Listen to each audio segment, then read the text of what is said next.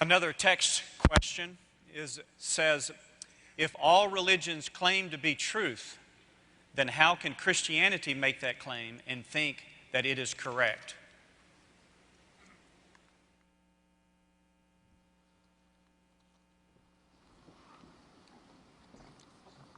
Appreciate that question, and it's a question that has the assumption that is very correct. Oftentimes the Christian takes the hit that he or she who is a follower of Jesus Christ is the only one who lays claim to exclusivity. That is not true.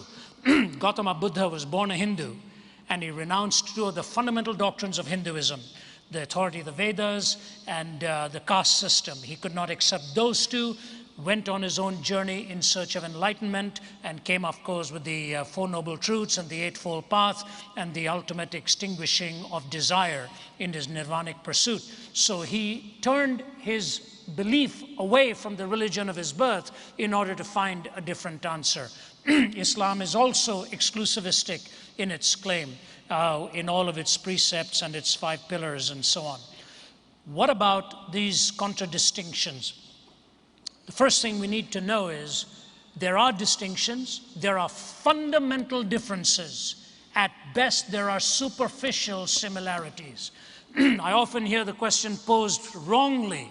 They'll say, aren't all religions fundamentally the same and superficially different? No, they are fundamentally different, and at best they are superficially similar.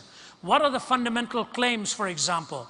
In Buddhism, the goal is to extinguish hunger, extinguish desire. I remember talking to the first woman monk who was from Thailand to be ordained into the Buddhist priesthood. But Thai Buddhists do not ordain women, so she went to Sri Lanka to be ordained, and she has a PhD in philosophy from McMaster University in Hamilton, Ontario, and Waterloo, I guess, Ontario, McMaster University there. Got her PhD in philosophy, and she gave me the first interview. We chatted for well over an hour, one-on-one, and I sort of angled into some questions because I didn't want to be too discourteous. And one of the things I said to her is, I hear you're married. And she said, yes. I said, you have children? She said, yes. I said, but you're living in a temple by yourself? She said, yes. I said, do you not see your children? She started crying. She said, I have a car. I said, you have a car? She said, yeah. I said, okay. So she drove herself because she can't allow a man to drive her, she said, so she has to drive herself. And she says, every evening at the end of the day, I try and meet up with one of my children. She said, this is the hardest part of my life.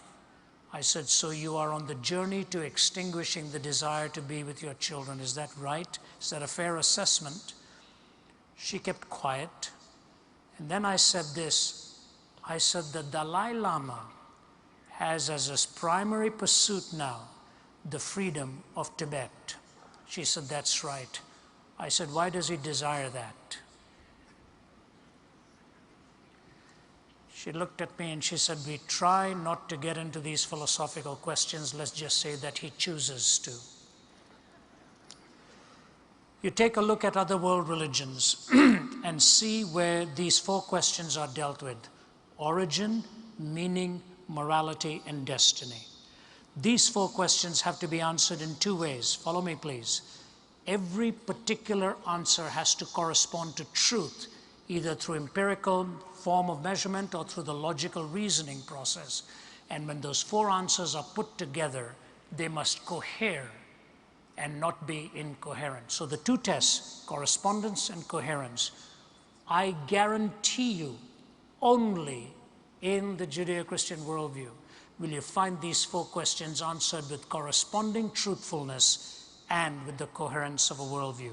Let me take just one example, and I don't say this to slight, but this is a fact and we have to deal with it. I've been invited in many, many Islamic countries, and I have open forums there, and I'm going to go to one of the toughest Islamic countries within the next few weeks. They've hosted me in many parts there, and we've had dialogues. I want to give to you 2 things. In the Quran, it is the only historically claimed document that denies that Jesus Christ was actually crucified or died on the cross. Denies that. The Greek historians say he died on the cross. Roman historians say that. Pagan historians say that.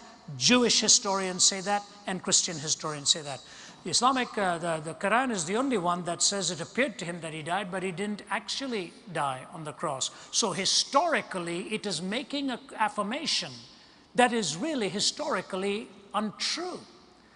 I got into a discussion with Sheikh Hussein of the leading Shiite cleric in Damascus, Syria, a real gentleman. For over 3 hours, we talked with an interpreter between us and an audience listening in. I was allowed to ask him one question about his faith, and he was allowed to ask me one question about mine. There was nothing, no rancor, no adversarial stance, just a perspective and counter-perspective and back and forth. It's the best way to do it, really. At the end of it, Sheikh Hussein looked at me. He was very respectful through the whole time, always referred to me as Professor Zacharias. And then at the end, he looked at me, leaned over, and he said, "You know, Professor, I think the time has come for us in the Islamic world to stop asking if Jesus Christ died and to start asking why."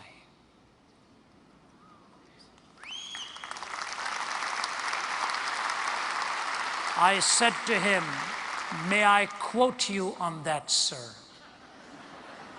He said, "Yes, you may. I'm hopefully going to go there before long, and I hope we can meet up again."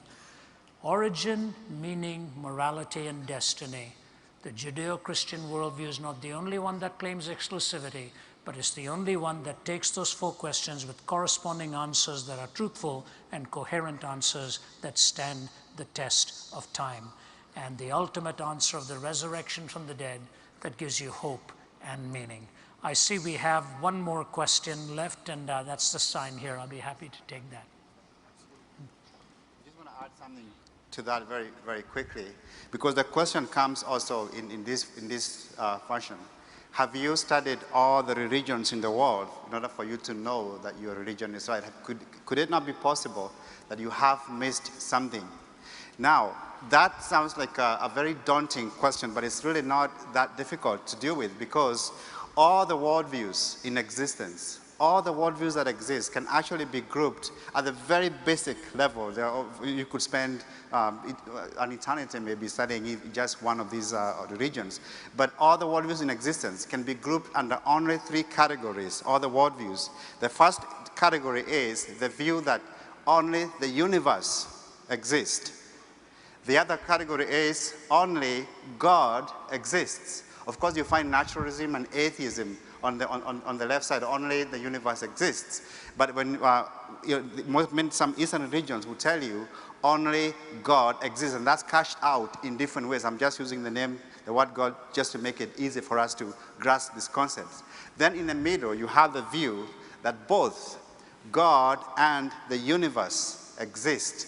Both God and the universe exist, and under that you have Judaism, Christianity, and Islam. So it's not difficult to apply the test that Ravi was talking about to these systems as a whole without having to study each particular one. You just need to know what the basic ideas, what the basic thoughts are for these views, and then you can critique all of them without having to be an expert in every worldview that's out there. So it's important for us to know that this is not so difficult to do. We are not making it up in trying to come up with an answer to this kind of a question. This gentleman, very humble guy, and we didn't want to give another university too much of advertising here lest we be thrown out, but he is just finishing up his PhD work at the University of Georgia, and I'm going to carry the work out there.